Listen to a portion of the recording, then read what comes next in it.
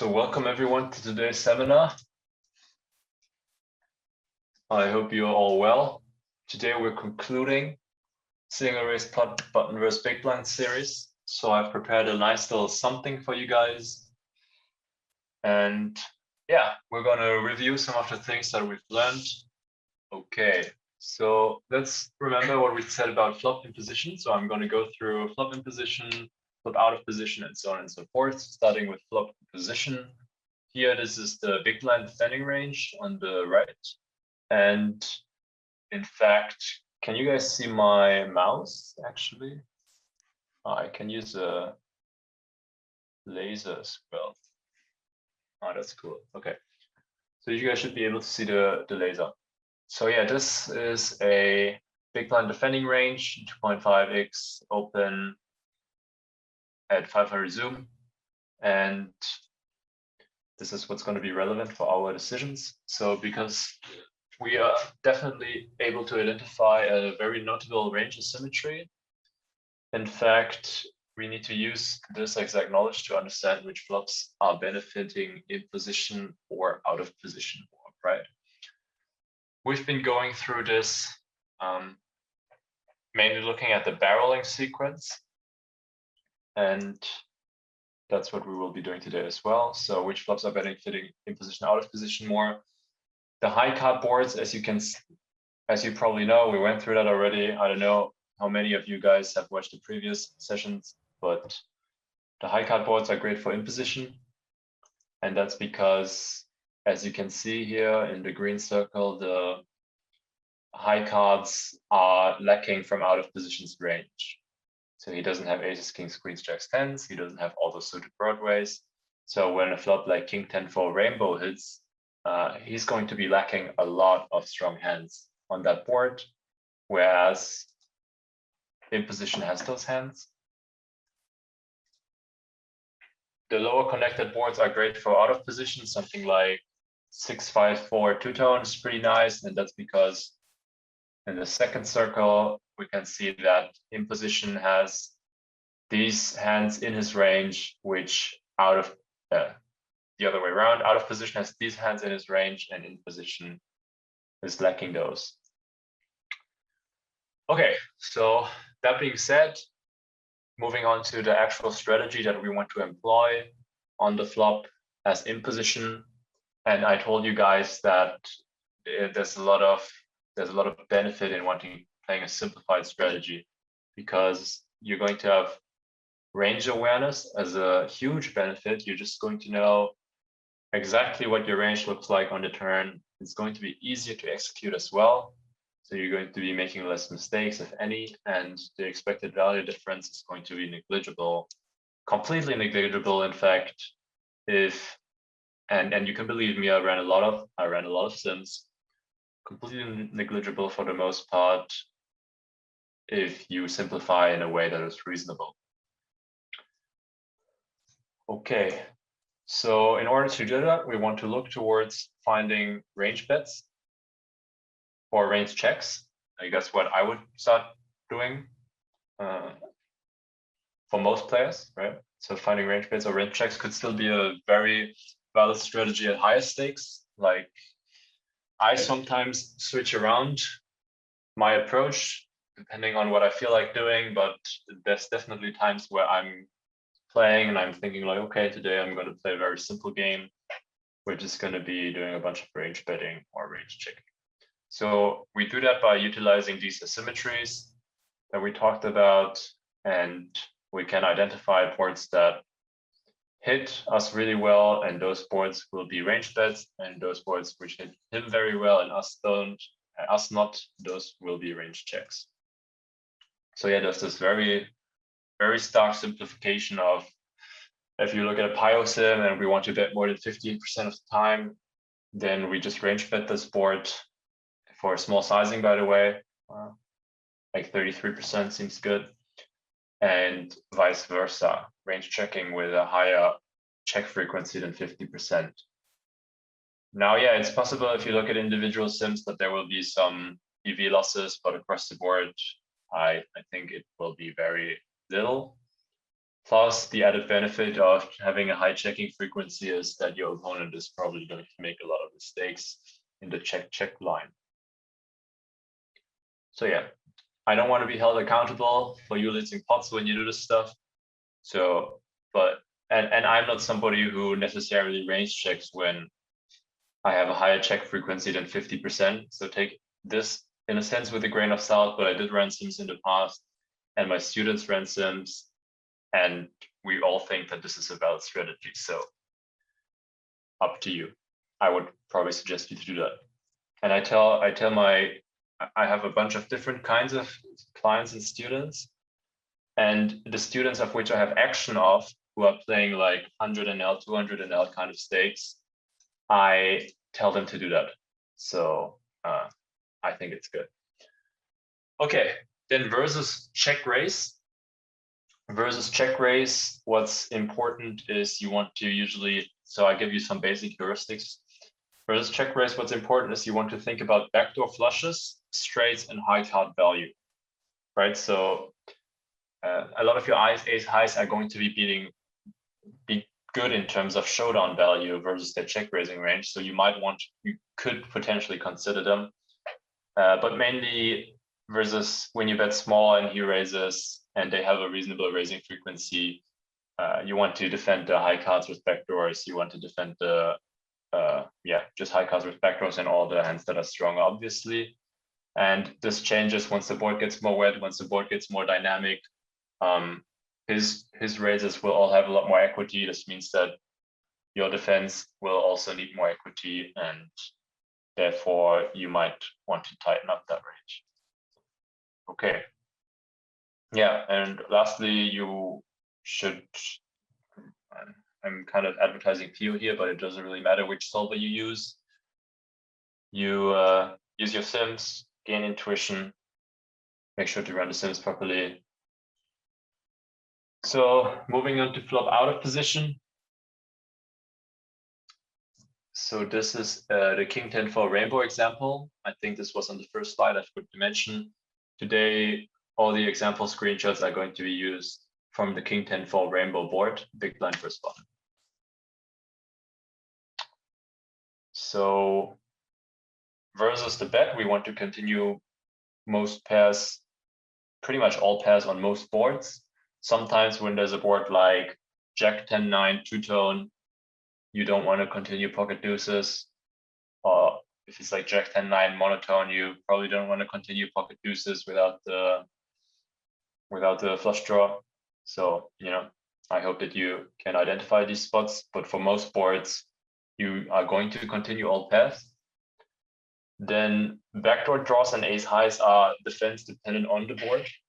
So and this dependent on the board, what I mean is mostly that when the board gets wetter, like Jack 10-9 two-tone is a great example, then yeah, you probably don't want to defend ace 5 on that board. But if the board is really dry, let's say the board is 5-5-5, then you definitely defend ace 4 versus c-bet. Okay, so this is kind of the spectrum. And backdoor draws, also you want to look at the high card value, but often if you have like a good backdoor draw, which is like backdoor straight draw, backdoor flush draw, those hands will usually be defense versus small sizes. Then we raise the strong top pair plus. Those are general heuristics, by the way, as I just want to emphasize that one more time. Those are general heuristics. It's going to be dependent on the board, but usually we can see that the strong top pairs are going to be raised. As you can see, the king queen is raised more than 50% of the time, and then as like king jack or even king 9 are getting raised as well. King 9 suited over here, by the way.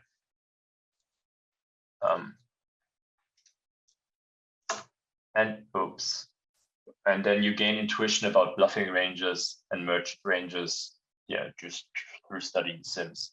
So you're going to notice that on a lot of boards, we want to be doing some raising with, we're going to raise all kinds of pairs at some frequency. A lot of time we're going to be raising some bottom pairs, like here you can see the 4-3 suited. Perhaps we raise a little bit of 10x here, 10-8 suited, 10-7 suited, 10-6 suited. You're going to gain some intuition about these things. And then the draws in general, like straightforward draws, will be obvious to you. I assume for most people, raising an open ender is probably something that you've learned a long time ago, raising some gut shots. And then the non-obvious raises would be hands like backdoor flush draws, backdoor straight draws, and the combined version of those. Right.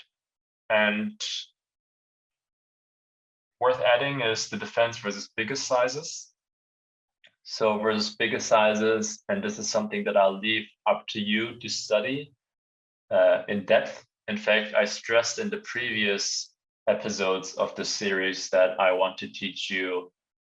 I'm not that interested in teaching you specific heuristics, even though I'm doing it, because I still want you to feel like, okay, you've gained some practical, directly implementable knowledge from this series as well.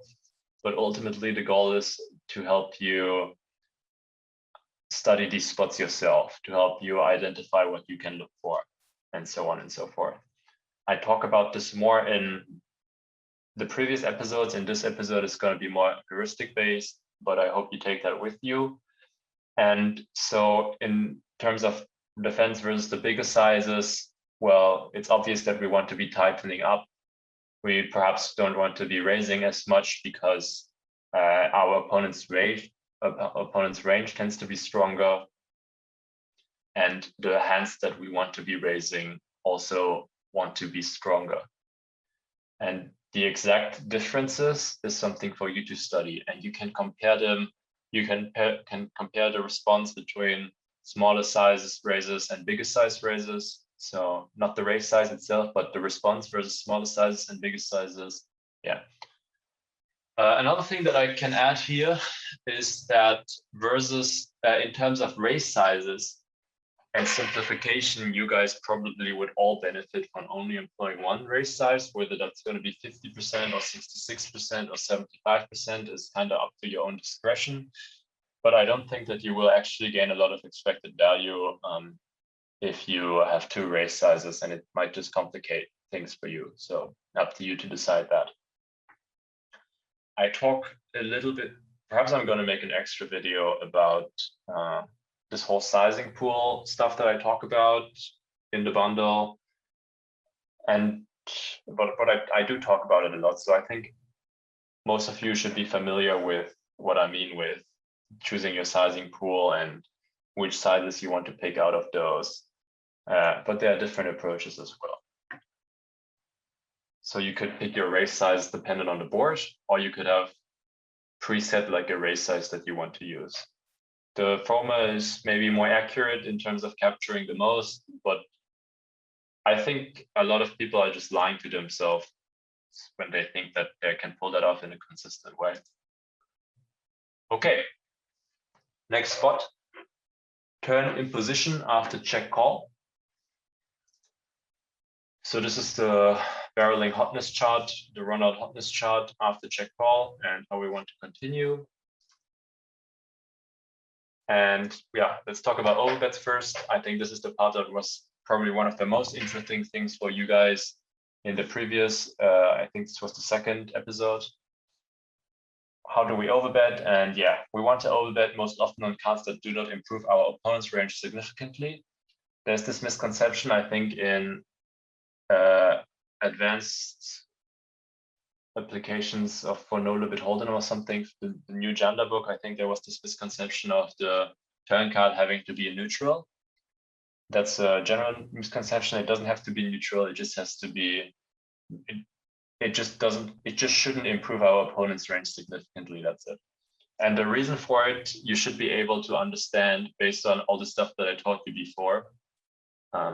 Because there will perhaps be cases where the card might improve our opponent's range significantly and we can still overbet in those cases. And maybe this is something that you can think about. Yeah, so with regards to the first point, we can see there's going to be some overbetting, and it looks very little, but that's just because we also check the turn a lot after betting flop for small size. But this is in fact like 10% here on the deuce of clubs, 10% of overbetting. So that's significant. 9% overbetting on the 6, and just larger sizes all across the board. And I think this 10% might be a 2x pot size. So 15% is the 150% pot size. So yeah, a lot of overbetting. And then as we move towards the higher cards, we have smaller sizes on boards where you can barrel in a more merged way. Yeah, just take that as a heuristic, I guess, investigate, perhaps think about it, why that is the case. But this is usually something that we can observe. And then, yeah, opponent draw completing turns will usually involve a higher frequency of checks or also of smaller bets. Also, this is something that you should be able to figure out if you think about it. So when a lot of the straight draws come in, we want to use more, we want to check more, we want to bet less, and when we bet, we usually want to bet smaller. Okay. Cool. So let's talk about some bluffs. We didn't talk about that previously. And the main bluffs will always involve draws, right? Draws have like the two benefits of blocking their calling range and also of having equity. And this equity is most of the time robust. Like if you're barreling a draw and you hit the turn, you all of a sudden have immense equity that doesn't change against a lot of your opponent's range. That's what robust equity means. So your main bluffs are always going to involve draws, and then otherwise you should pay attention to blocker effects and your opponent's defending ranges. Yeah. Blocker effects in general, there's like a quick word that I will talk about block effects at the end of the series, and I assume in future episodes, future lessons, I will be talking more about block effects in general because that's just a huge part of the game. Yeah. Okay, next spot. The next spot is the turn out of position after check call. So this is, yeah, we are actually, this is facing the overbet in the graph itself, but we'll get to that in a second. So let's talk about donks first. Like a lot of you guys probably enjoy the idea of donks.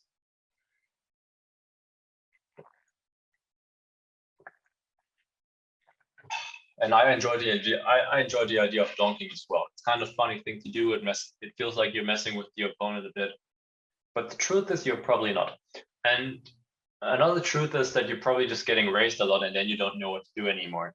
So I would say removing donking ranges from your game. This is not just something that I would say, this is something that is true. Removing donking ranges from your game won't punish your EV in any meaningful way. If you would run a specific spot and compare having a donking range here or not having a donking range here, yes, you will be losing expected value, sure. But spots where you actually have a donking range are going to occur so rarely that across the board, you're not really going to be losing EV if you tell yourself you're never donking the turn. So that's going to save you a lot of RAM for running your sims. And it's also going to save you a lot of headache until you at some point decide maybe you want to do it because now you fell in love with the beauty of the game or something. But as somebody who's fallen in love with the beauty of the game, I still sometimes enjoy just having a simpler approach. So yeah, that's said about this.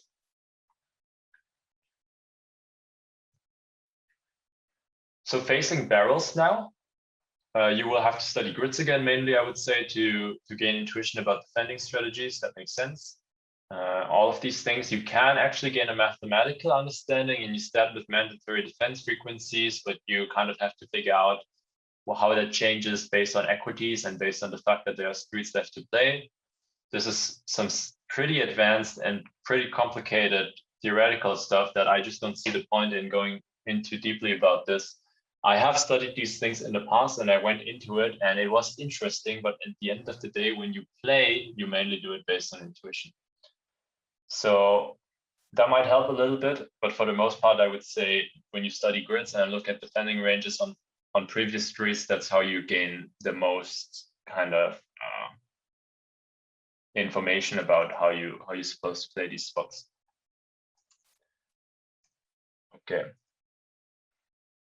So bluffs will often be pair plus draw type hands, by the way. So yeah, you will sometimes be bluffing with stuff like not flush draws that don't block your opponent's falling range. And sometimes you might even be bluffing, like there's rare spots where you pretty much bluff like almost naked ace highs with some blockers. But for the most part, a lot of your bluffing range will come from pair plus draw type hands or strong draws in general. Okay, so this is something that you can investigate yourself. And then, yeah, you should also learn which hands to defend versus overbets, right? Because overbets is something that's happening a lot more frequently. And I think a lot of people are still making mistakes against overbets. So here, as I said, we have the 150% overbet on a turn deuce. And you can see how the defense range looks like. We are, in fact, mixing some strong hands like ace-10 offsuit, a lot of our 10x folds, for example. This might be something that you guys are not doing correctly. And yeah, almost no raises. In fact, I would say you can probably get away with never raising the spot, but you will be losing more EV in case your opponent is actually overbetting too much, which might be a thing. So, but also depends on how he constructs this range. Okay. Something else to be said here. Yeah. So yeah, defense mainly, grid study, understanding. And when you study the grid, as I said, you don't just copy it, but you try to actually pattern recognize things. Now, so this is river in position after check call, check call. This is, you know, I picked this example because I love seeing this stuff, okay? But the last time we saw some spots where it didn't happen so often, so I thought, okay, I'll show you guys that it actually can happen in an absurd amount of time. So this is king 10 4 2 2 now, non-flush closing river, and yeah, pretty insane. This red sizing is a jam, so this is around 3x pot. All right, okay, let's talk about it. So in theory, you will want to jam certain spots. So this is also, as an aside, I sometimes talk to you guys about if you want to become good at poker, you need to get rid of all these kind of psychological human limitations and also misconceptions or just general irrational kind of beliefs. So yeah, in theory, there will be spots where you want to jam huge. So this is one of them. Obviously, you have to be aware that this is an extreme example, right? So we're jamming a lot of hands here, basically almost only jamming 3x pot. And we have all the other sizes. We have a lot of sizes, but we decide to do it. We go for a jam size. It's not going to be this. It's not going to be like this on all boards. And I think in the previous session, we also saw a board where I thought we were going to jam a lot and we didn't. So this is definitely an extreme example. Don't go around and just shipping 3x pot on all kinds of rivers now. I also chose the deuce in a way that it blocks, like I structured the board in a way that this would happen a lot. So gain an understanding which hands to bluff and which hands to give up. So this is something that you have to really learn, especially when you want to go for bigger jams, because you don't want to be like, you know, there's this misconception like that, because there's this general idea, which is kind of true, that when we size bigger, we want to have more bluffs, right? We bluff more. But it should just be clear that you should never be bluffing more than 50%. So yeah, just keep that in mind. And yeah, so apparently no more comment on that, but you want to think about your showdown value and your blockers when you do the bluffing. So for example, you can see that ace queen here is a pure check, ace jack is a pure check. A lot of the aces, in fact, checks. Yeah, this is going to be something a lot of the time when you do the overbet turn and then you have the opportunity to jam river or bet big on the river, you're going to notice that a lot of ace highs will want to give up, and even stronger king x and stuff will give up. And what you think about is just blocker effects and showdown value, even though the showdown value is very, very marginal. Okay, but for example, ace queen, not too sure how much ace jack he defends, but ace queen, for example, would win against ace jack. And I can't remember if there was a flush on the turn, actually, either. And yeah, remember the mandatory defense frequency when you face a raise. So you're not going to face a raise when you jam, obviously. So this goes for your smaller sizes. Don't be afraid to call your mandatory defense frequency. This is something that you can train, right? Obviously, feel free to deviate, whatever. And I would say on average, people probably underbluff the river raises. So you probably want to be overfolding. But if you're unsure about this, as I said, you want to default to defending your mandatory defense frequency. And in those cases, there's this no fear approach of just figuring out whether or not you want this hand in a mandatory defense frequency and at what frequency, clicking the random number generator and just clicking call or fold based on the result. Okay, river out of position now after double check call. Same board. This is the grid is versus the jam, by the way, the response. Don't look at it now. I'll probably talk about it in a second. Same thing once again, removing donking ranges from your game would punish your EV in any meaningful way. So maybe most of you guys don't have a river donk, but I've been experimenting a lot of donking sizes and it's been doing my head in. So perhaps this is also a little bit of a, anger result from my side that I want to no longer deal with donks. Yeah, it's just true that removing donking ranges just won't punish your EV in any significant way. Once again, remember your mandatory defense frequency when facing bets. This is in fact probably a pretty cool example of that on the right side. So yeah, let's talk about this grid a little bit. So this was versus the 3x pot jam on the river. And we almost don't have any strong hands here. King Queen is a strong hand, which might, well, at least chop, maybe even win some, not sure. And pocket deuces is a hand that wins a lot all the time. Four deuce is also a strong hand, okay. But apart from that, we basically only have bluff catches. And he will have to simply defend some of them. That's just how it's going to be. So especially if your opponents don't do this, then maybe you just want to be over bluffing the spot. But yeah, it's just something from a psychological perspective. It's also something nice to do, in my opinion. Put them in a spot like this. Imagine you being there and I'm ripping it into you for 3x pot and you're standing there with king 6 suited. You're definitely not calling. You're definitely not pure calling king 6. So yeah, okay. And imagine how weird it feels to call off, right? So yeah, that's why your mandatory defense frequency is also something that you have to train. When I'm in that spot and I might not defend pure with king 6 suited, but when I decide, okay, I want to call half the time or whatever, and I roll the RNG, I will stick to that and I won't be concerned about the result. Versus normal size bets, however, this will usually include a lot of top pairs. Like usually you want to be calling down your top pairs as long as you don't have bad blockers versus triple barrels of reasonable sizes. And yeah, as I said, always be aware of blocker effects. And don't be afraid to raise. Yeah, river out of position after check call. We talked earlier that river raises were underbluffed, and I think river raises are also underdefended against. So yeah, make the difference, be the change you want to see in the world. Raise the river.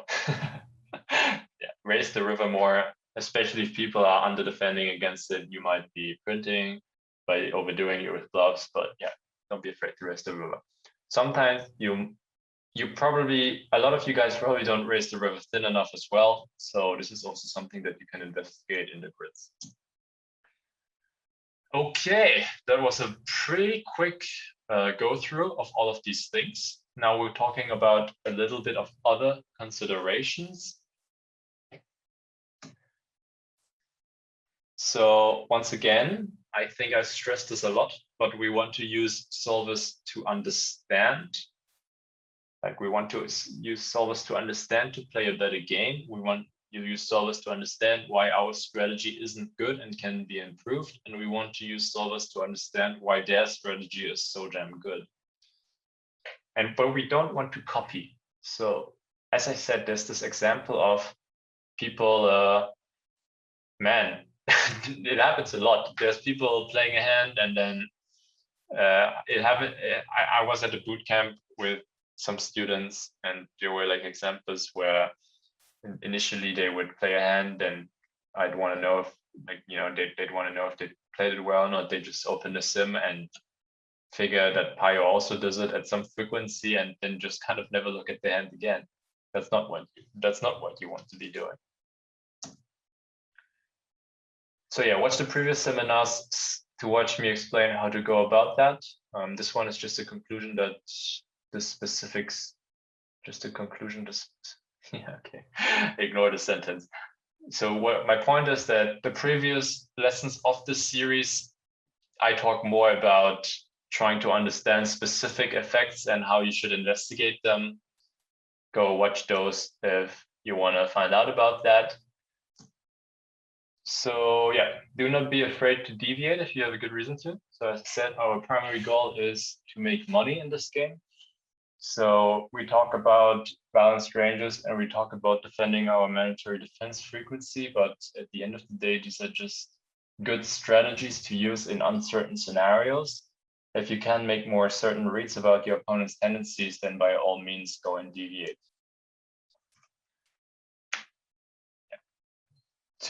As I wanted to talk about the blockers, right? So what I want to say is that this whole blocker effect understanding goes deep. It goes deep and deeper and deeper. It's like sometimes I just recently ran into a scenario where there seems to be like some kind of infinite regression of like blocker effect going back and forth. So improving your understanding of those is a never-ending journey that will be interesting. So go ahead and enjoy that. And simplify. Yeah. You can rest assured, and perhaps I will also show you how to do that in a future lesson, how to compare strategies with PO, and how to compare if a simplification is going to cost you expected value or not.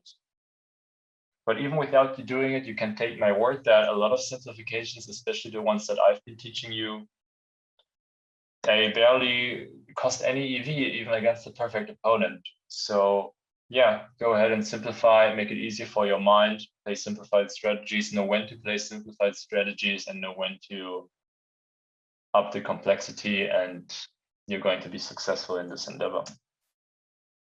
Okay, so as a final note, it's up to you now to use what we learned to investigate the check-check lines. We went through the barreling line in this whole series. You can go ahead and investigate the check-check lines. Those are also very interesting. Big blind turn probe and river barrel or river probe, or defense versus turn stab, delayed c-bet. Those are all interesting lines to investigate. Go ahead, do that, share your findings in the cash lab. If you find something interesting, I will make sure to comment on this as well. Cool, so this was it for the button versus big blind single raise pot series. Have a good one. Peace out, guys.